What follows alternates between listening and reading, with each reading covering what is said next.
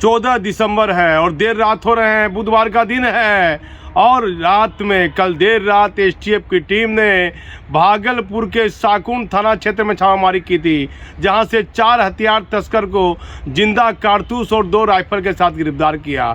छोटू, रोहित, विशाल और पवन ये हथियार तस्कर थे।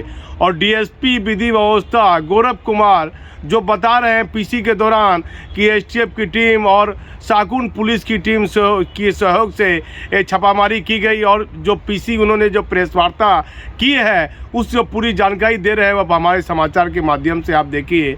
इधर कुछ दिन पहले सुल्तानगंज में एक प्रॉपर्टी डीलर की हत्या हुई और अपहरण कर उसकी हत्या की बात सामने आई। अभी तक उसकी डेड बॉडी नहीं मिली है। उस मामले में वहाँ के इंस्पेक्टर लाल बहादुर को हटा दिया गया है और डीएसपी आने के बाद उस मामले में एक आरोपी कोई दिलीप मंडल है, उसके यहाँ कुर्की जब्ती हुई है और एक आरोपी को उस मामले में डीएसपी ने गिरफ्तार कर जेल भी भेजा है।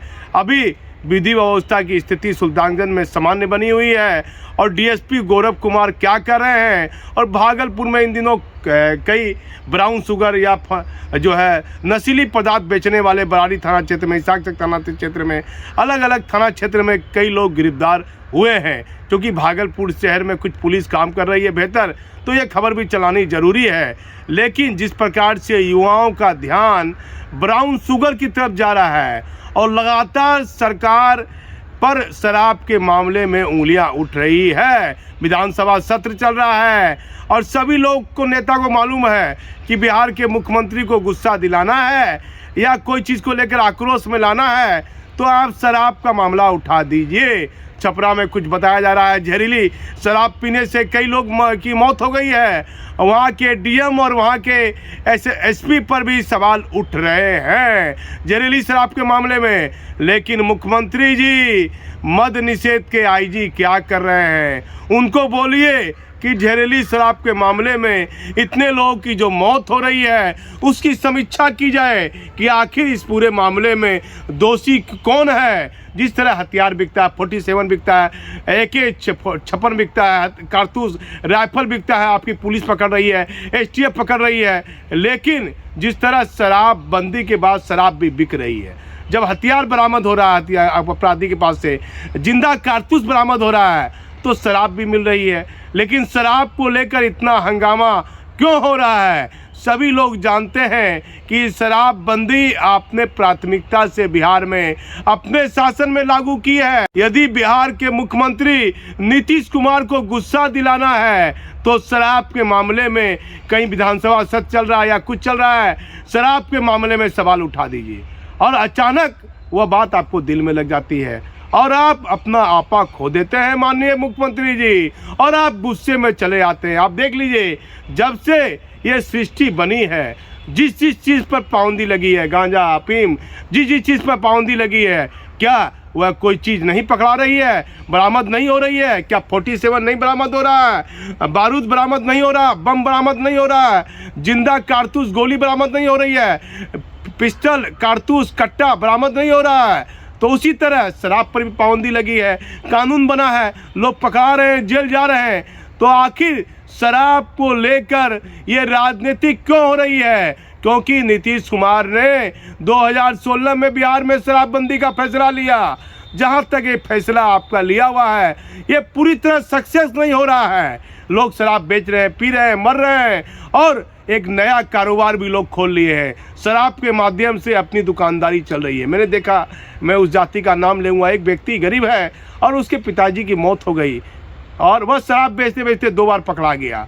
कहता है कि जितना फायदा शराब बेचने में है उतना किसी कारोबार में नहीं है। वह जेल भी चला गया, जेल से छूट के भी आ गया और फिर वह शराब के कारोबार में लग गया है।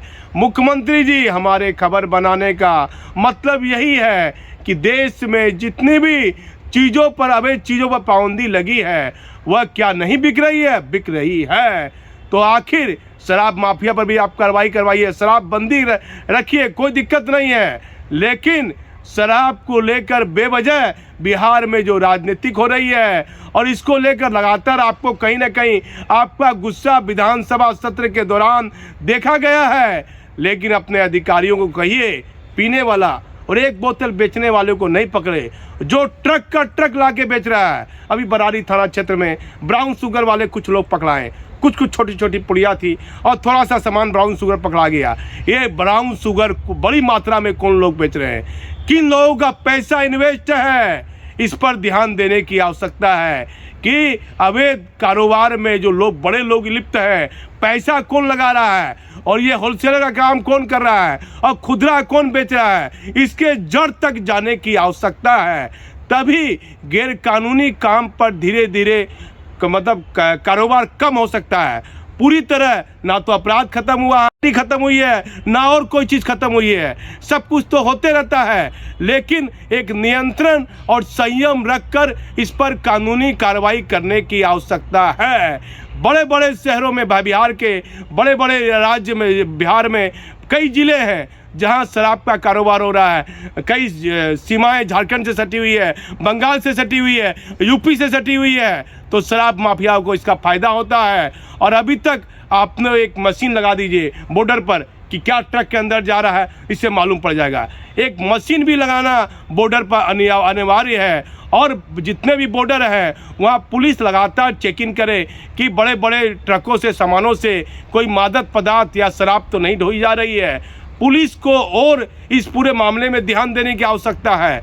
लेकिन क्या देश में बड़े बड़े हथियार बिक रहे हैं, क्या इस पर पाबंदी लगी है? बार बार शराब को लेकर बिहार में राजनीति क्यों हो रही है? मैं भागलपुर से दीपक नौरंगी।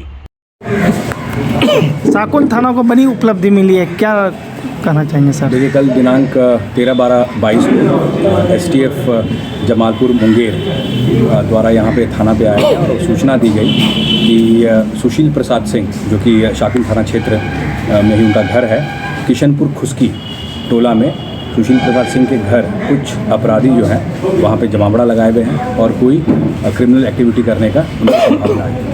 तो ये गुप्त सूचना मिलने के बाद जॉइंट ऑपरेशन साकुन थाना और STF द्वारा किया गया और किशनपुर खुसकी में रेड किया गया सुशील प्रसाद सिंह के घर पर और 4 अपराधी को वहाँ पे पकड़ा गया और 4 अपराधी के पास 2.315 बोर का राइफल जब्त किया गया और 6.315 बोर का जिंदा गोली और 3 मोबाइल जब्त किया गया है। ये 4 लोग जो गिरफ्तार किए गए हैं वो हैं पवन कुमार, रोहित कुमार, विशाल कुमार और छोटू कुमार।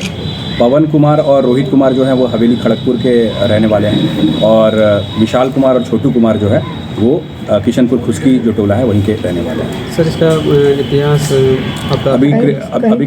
अभी क्रिमिनल हिस्ट्री इनका खंगाला जा रहा है और आसपास के जितना भी सीमावर्ती थाना है उनसे इनका जो भी इनके क्रिमिनल हिस्ट्री है उसके लिए हमने कांटेक्ट किया है और शीघ्र अतिशीघ्र हमें ये पता चल है। क्या ये लोग आपराधिक घटना को कहीं अंजाम देने की कुछ योजना बना रहे थे? देखिए, अभी इनिशियल इन्वेस्टिगेशन चल रहा है। अभी बहुत सारे हर एक एंगल से हम लोग देख रहे हैं कि क्या कर सकते थे ये और कि क्यों ये जमावड़ा लगा है यहाँ पे।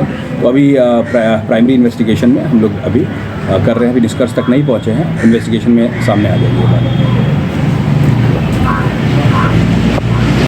इसके ऊपर भी तफ्तीश चल रही है। सर, जिस तरह हथियार का जमावड़ा हुआ, जिस तरह पुलिस को उपलब्धियाँ मिली और इस तरह से जिस तरह के अपराधियों का जमावड़ा होना एक संदेश देता है या संकेत करता है कि कहीं बड़ी घटना को अंजाम देने वाले थे। जी, यही जैसे कि मैंने पहले भी बताया कि STF द्वारा सूचना मिली और त्वरित कार्रवाई करते हुए शाकुन थाना इसे दरकिनार नहीं किया जा सकता है ये बात और इसी पॉसिबिलिटी को पुलिस ने जो है नाकाम किया, STF और पुलिस ने मिलकर। जी, ऐसा जैसे कि मैंने बताया कि बैकवर्ड और फॉरवर्ड लिंकेज, जिस तरीके से मुंगेर के भी कुछ लोग यहाँ पे थे और कहीं ना कहीं मुंगेर से भी लिंक है और उस मुंगेर से पीछे भी अगर कोई बैकवर्ड लिंकेज होता है तो उसका भी हम लोग शीघ्र अतिशीघ्र इस पर हम लोग इन्वेस्टिगेशन करके मीडिया के सामने रखेंगे। नक्सली से कोई साठगांठ नहीं है? देखिए, अभी तो जैसे अभी तक तो कुछ ऐसी बात नहीं आई है और अभी इन्वेस्टिगेशन चल रहा है और जैसे भी कुछ ऐसा होता है इन्वेस्टिगेशन में आता है तो उस पर कार्रवाई करेंगे विधिवत। ये लोग अपराधी लोग पूछताछ में कोई जानकारी? देखिए, अभी तो इन्होंने कुछ बैकवर्ड लिंकेज के बारे में बताया है तो वहाँ पे हम लोग जो है उस पर दबिश करेंगे बैकवर्ड लिंकेज पे। तो अभी जानकारी लोग से मिली? जी, कुछ जानकारी मिली है, उसके ऊपर हम लोग और STF जो है वो काम कर रहे हैं। नगर निगम चुनाव से संबंधित नहीं, उससे अभी तो जैसे कि मैंने बताया कि हर एक एंगल से हम लोग देख रहे हैं इस चीज़ को, तो अभी इनिशियल इन्वेस्टिगेशन में ऐसा नहीं है।